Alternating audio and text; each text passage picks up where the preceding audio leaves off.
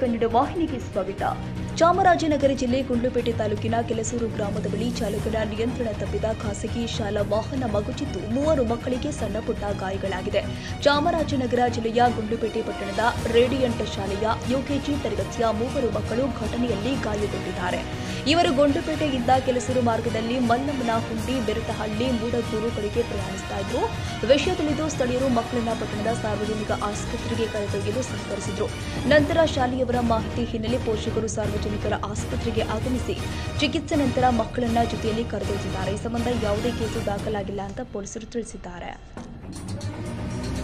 ತಾಜಾ ಸುದ್ದಿಗಾಗಿ MTV news 24x7ಗೆ subscribe ಮಾಡಿ ಮತ್ತು ಬೆಲ್ ಐಕಾನ್ ಅನ್ನು ಒತ್ತಿ. ತಪ್ಪದೇ ಲಿಂಕ್ ಶೇರ್ ಮಾಡಿ.